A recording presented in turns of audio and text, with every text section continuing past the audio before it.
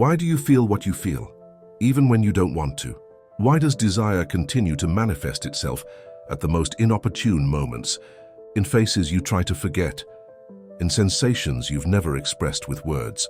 What if I told you that your energy is sexual, when what you're trying to repress, control, or deny is actually the secret language of your soul? Carl Jung didn't see desire as an aberration. He saw it as a coded message from the subconscious. But what happens when you refuse to listen to what your own body is telling you? You've learned that sex is physical, biological, instinctual. That desire is an impulse that must be satisfied, controlled, or hidden. But what if this energy is something more? What if it's the creative force that drives your dreams, fuels your fears, and shapes the darkest images of your shadow? Jung discovered that libido isn't limited to the flesh. It's a symbol, an archetype, a lifeblood. And everything you repress becomes a distortion, until your own soul cries out in silence, begging to be acknowledged. Perhaps that's why you feel divided. One half desires, the other is ashamed of its desire. And in this internal struggle, you lose yourself. You begin to project onto others what you haven't yet accepted. You transform desire into guilt and guilt into compulsion. But Jung warned, what you don't consciously realize, you call destiny. How many of your decisions, since I was born, were true? Unconscious reactions to energies you never understood. Have you ever wondered why certain relationships consume you so much? Why certain looks completely disarm you, as if they connect with something much older than your current past? It's no coincidence. It's the unconscious in action, through sexuality. It's not just about pleasure. It's about power, identity, and reconnecting with what's been forgotten. According to Jung, desire is a psychic map, but you need to know how to read it before it leads you into the abyss. And that's why this video isn't just about sex. It's about you, about what beats behind your image, your self-control, your personality, about what silently burns in your chest, while you pretend to have everything under control. Jung recognized what many have overlooked. Sexuality is a door, and those who fear crossing it will end up enslaved by everything they left closed on the other side. There is an energy within you that is not limited to physical desire. It is an archetypal and ancient force that moves not only your body, but also your soul. Jung saw it not only as libido, but as a vital manifestation of the unconscious, seeking rebirth in consciousness. The problem? You don't recognize it. You repress it, domesticate it, transform it into guilt or addiction, and then you wonder why you're trapped in emotional repetition, empty relationships, anxiety, and silent dissatisfaction. But what if what you call instinct is actually a call disguised as fire? Have you ever wondered why certain people provoke such strong reactions in you, even though logic tells you they don't make sense? Perhaps it's because your subconscious isn't seeking logic, but fulfillment. Sexual energy is the symbolic language of the psyche, crying out for integration. If you ignore it, it becomes shadows, obsession, impulsiveness, and self-sabotage. If you listen, it becomes transcendence. But beware, what is not sublime will be exhausted, and what is not understood will be distorted. Freud saw desire as a conflict. Jung saw it as a symbol. This difference changes everything, because the symbol shouldn't be suppressed, but decoded. Sexual energy, understood symbolically, is no longer a blind impulse, but a bridge between the inner and visible worlds. The problem is that we were raised to fear this bridge. We might call it sin, weakness, or madness, but what we fear is almost always what most needs to be addressed, what most needs to be saved. Think about how many times you've repressed a desire not for ethical reasons, but out of fear. Fear of losing control, fear of losing your sanity, fear of being judged, exposed, and vulnerable. But the subconscious doesn't respect the limits imposed by culture. It wants to express itself, even if it has to invade your dreams, your symptoms, your relationships. And the more you deny it, the louder it screams. And the louder it screams, the more your soul bleeds. Until one day you realize the pain was never the problem. The problem was that you ignored what she was trying to say, and what she's saying is basically simple. Her desire isn't wrong, it's just misguided. It was lost because you lost yourself, because you stopped listening to your body as a temple and treated it as a machine, because you transformed desire into guilt and passion into threat. But the truth is that your sexual energy is the same energy of creation, of knowledge, of art, of revolution. Jung knew this. Whoever masters this power no longer needs to master it. They only need to listen to it. And in this listening lies rebirth. There's something within you that vibrates even before you think. It's a primordial force, yes, but also divine. Jung called it psychic energy, a current that flows between instinct and spirit. If repressed, it creates monsters. If unconsciously released, it devours. But if understood, it reveals itself. That's why he warned. The problem was never desire. It was ignorance of its true meaning. Because every energy that doesn't find symbolism becomes a compulsion. And every compulsion is the soul crying out for recognition. Have you ever noticed that some desires don't free you? They enslave you. How certain fantasies repeat themselves like a broken song, luring you into the same abyss disguised as desire. It's not just neurochemistry. This is personal mythology. It's your soul, playing out the script in the theater of the body that you don't want to read with the eyes of consciousness. Jung said, "What is not integrated returns as destiny, so you continue to desire what hurts you, love what tears you apart, and seek what ruins you, not out of weakness, but out of a lack of symbolic translation." This energy doesn't disappear when it's trapped. It becomes masked. It appears as a constant irritation, an inexplicable tiredness, a sadness that no memory can contain. You try to control it, but it slips away. You try to ignore it, but it seduces you, because it's not about control, but about dialogue. The body speaks, and it does so through symbols. When you dream of excesses, strange encounters, intense and chaotic situations, you're not seeing strange things. You can see how the libido tries to take shape in the invisible. Culture has taught us that repression is a virtue, and that one is strong when one has everything under control. However, Jung knew that true strength lies not in mastering energy, but in transforming it. Transmutation doesn't mean suffocating. It means listening, accepting, and reinterpreting. It allows desire to emerge from the skin to the spirit and manifest not only as desire, but as meaning, as creation, as existential intensity. Those who accept their own sexuality, therefore, do not become more animal, but more lucid. For the shadow of desire is only dangerous to those who keep it hidden. And perhaps this is precisely the darkness you've been living in until now. You tried to be rational, spiritual, and productive, but you felt something was missing, like a heat that doesn't warm, like an impulse that can't find a cause. Perhaps you no longer lack control. Perhaps you lack permission, the permission to feel without fear, to desire without guilt, to accept your instinctive side as part of your greatness, not as your flaw. Because, as Jung revealed, your sexuality is not a problem to be solved, but a language to be learned. And only those who learn to listen to what burns within can stop being prisoners of what they don't understand. It's no wonder desire has become taboo. It threatens structures, dissolves masks, reveals truths, and every unspoken truth turns into poison, slowly and invisibly but deadly. Jung understood that many of our greatest fears manifest in desire, not because it destroys, but because it reveals. It frees you from the numbness of your ego and confronts you with what you try most to avoid, your wild, sacred and intuitive nature. And perhaps that's why you've learned to fear what, deep down, would set you free. Have you ever noticed that the more you try to repress certain desires, the stronger and more intense they seem to return? This isn't a moral failing. This is psychic dynamics. Jung called it enantiodromia, the inevitable movement of everything repressed toward its opposite.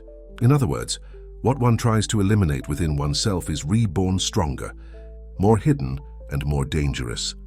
And if you don't recognize it, you'll end up being controlled by it without even realizing it. Desire isn't the problem. The problem is not knowing why you desire it. And this is precisely the fundamental cause of imprisonment. Oppression doesn't purify, it deforms. It transforms desire into a specter, a bogeyman that permeates everything you do. Your decisions, your relationships, your beliefs. You become addicted, not to pleasure but to escape. Because true desire is not for another, but for yourself. To rediscover yourself, to feel whole, and to stop playing roles that don't suit you. But how can you achieve this when desire is considered dirty? How can you accept what the world has told you to hide? That's why Jung spoke of the union of opposites. Sexuality, at its deepest root, is the force that seeks the reunion of the masculine and feminine within, anima and spirit, reason and instinct, spirit and flesh. It's not about romance. It's about alchemy, about fusion, and if you don't allow that fusion within yourself, you'll seek it outside, in relationships that consume you, in experiences that numb you, in distractions that lull you to sleep. But nothing external fills the void of disintegrated energy. You don't have to be perfect. You have to be whole. And being fulfilled means accepting that within you lies a fire, a drive, a need for connection, creativity and intensity, not to be controlled but to be guided. If you deny desire, it becomes a compulsion. But when you recognize it, it becomes a vision, a direction, a truth. And maybe you don't need any more techniques, strategies, or formulas. Maybe you just need courage. Courage to look inside myself and ask myself what still burns silently within me. How many times have you confused desire with love? How many times have you given up? Not because you were whole, but because you were looking for someone to give back the parts you had renounced. Jung said that when sexual energy is unconscious, it becomes a field of projection, and you begin to love not the person in front of you, but the image of what's missing inside. And that's why so many relationships fail, because they expected the other person to fill a void they couldn't even name. And when that fails, the pain isn't just rejection, it's the collapse of the myth.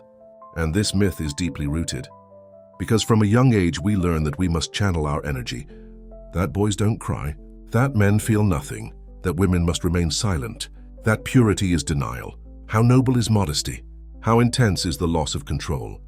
But no one told you that the human soul doesn't bend without consequences, that everything you repress today will return one day, perhaps as addiction, perhaps as despair, perhaps as a nighttime existential crisis. Jung knew this. What isn't symbolized is dramatized. You feel it, right? This tiredness that isn't in the body. This fear with no visible cause. This desire to disappear and yet be found at the same time. It's your psyche begging for integration. It's begging to stop being a disgrace and become a compass again. So that sexuality ceases to be a territory of fear and once again becomes a bridge to the sacred. But this transition can only be achieved by those who have the courage to die a little, to free themselves from the role they are accustomed to playing, from a rebirth without a plan. And perhaps that's why you haven't been able to free yourself yet, because deep down you still believe something inside you needs fixing, that this inner fire is a dysfunction, that this emotional hunger is a deficiency. But what if it isn't? What if it's just the echo of your soul asking you to stop negotiating with your truth? Jung said that modern man doesn't find himself because he avoids confronting the unconscious, and the subconscious screams in the language of desire. It screams from within, it screams into silence. And if you don't listen, you become what you fear most. But there is a turning point, a moment when desire stops being a quest and becomes a journey, where impulses no longer distract, but become revelations. That only happens when you replace judgment with listening, when you stop defeating yourself, and you begin to communicate with what beats behind the mirror. Because desire isn't the end of your journey, it's the beginning. Desire is the invitation. The symptom is the arrow. The shadow is the teacher. And only you can decipher what your own soul wants to tell you. Have you ever noticed how silent true desire is? Not the desire created by advertising or the weaknesses of the ego, but the desire that arises like a whisper, disturbing rather than exciting, that doesn't shout but weighs. Jung believed this desire was the voice of the self, the deepest, most fundamental part of our being, trying to make itself heard. And the self, unlike the ego, doesn't want applause. He desires fulfillment. He wants you to stop fragmenting your soul between what is permissible and what is repressed. He wants you to stop fragmenting your existence between what is acceptable and what is authentic. This deep desire doesn't invite you to immediate pleasure. It calls you to a rite of passage. You must abandon the childish fantasy that pleasure is possible without pain, to overcome the abyss between body and soul and discover that ultimately it is always about fusion, about reunification. Jung affirmed that the libido is the force that leads the I, individual, to self-realization. And this cannot happen without confronting the demons that remain at the temple's gates. The shadow is not the enemy, but the guardian of your own entrance. And perhaps you've avoided this path because it's unpleasant, because it involves facing everything you've done to be loved. It's about recognizing that your desire is often focused on pleasing others, not on expressing who you are. And that hurts because it requires distance. To survive, you must destroy the self-image you've built. But there's something more beautiful than surviving: living intensely. There is a life of psychic intensity. There is a life of truth, and desire can be the door if you have the courage to cross it. However, this path is lonely. No one can walk it for you. You can listen to 1,000 pieces of advice, read 1,000 books, and repeat 1,000 mantras. But if you don't confront your own impulses with radical honesty, nothing will change. You'll continue to desire what you don't understand. You'll repeat what hurts you, sabotage what heals you, because the energy you don't understand controls you. And there's only one way out: dealing with one's own chaos, turning the body into the altar and desire into the oracle. Because without Eros, there is no evolution. And there is no Eros without a shadow. Now that you've come this far, you may have already sensed it. Desire is not the enemy. It's the map. A map written in invisible ink. A map that only appears when you stop running from the night and start walking through it with your eyes closed. Because only in darkness do the most authentic images emerge. And once there, there's no turning back. There's only transformation. You are not just flesh and blood. You are a symbol, a living metaphor for everything that remains to be discovered within you. The energy that moves you, that scares you, that exposes you. This energy is sacred, not because it's pure, but because it's real. And everything real rots silently if it's not embraced. Jung didn't want you to be chaste or perfect. He wanted you to be whole, because deep down, your psyche yearns only to be indivisible again. Life has trained you to flee. From desire, from shadows, from intensity, from contradictions. But perhaps it's time to pause. To pause and listen to what vibrates behind the mask, to what beats in the silence between thoughts. What you call chaos may simply be the voice of your soul. I am here. And when you listen, everything changes. Because true peace is not the absence of conflict. It's the embrace of opposing forces within you. You've carried guilt for too long, the burden of desire, the fear of being overwhelmed by something you don't even understand. But now you know. What's happening inside you isn't weakness but language. And the language of the subconscious isn't written in words. It's written in dreams, impulses, and archetypes. The body is the paper. Longing, ink, soul, calligraphy. I'm going to ask you a question that could occupy you for days. What does your energy want to show you? What have you not yet dared to see? Because as long as you run from the fire, you will continue to burn in the flames of others. But if you choose to go through the fire itself, you can forge yourself into something that no longer means control or submission. More creation. Alchemy only begins when you stop fearing the heat. If this seemed understandable to you through feelings rather than explanations, perhaps you've already begun to truly listen to your psyche. Then I invite you to continue this journey with me.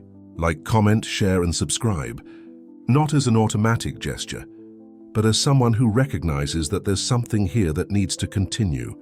Because what has touched your soul can no longer be undone.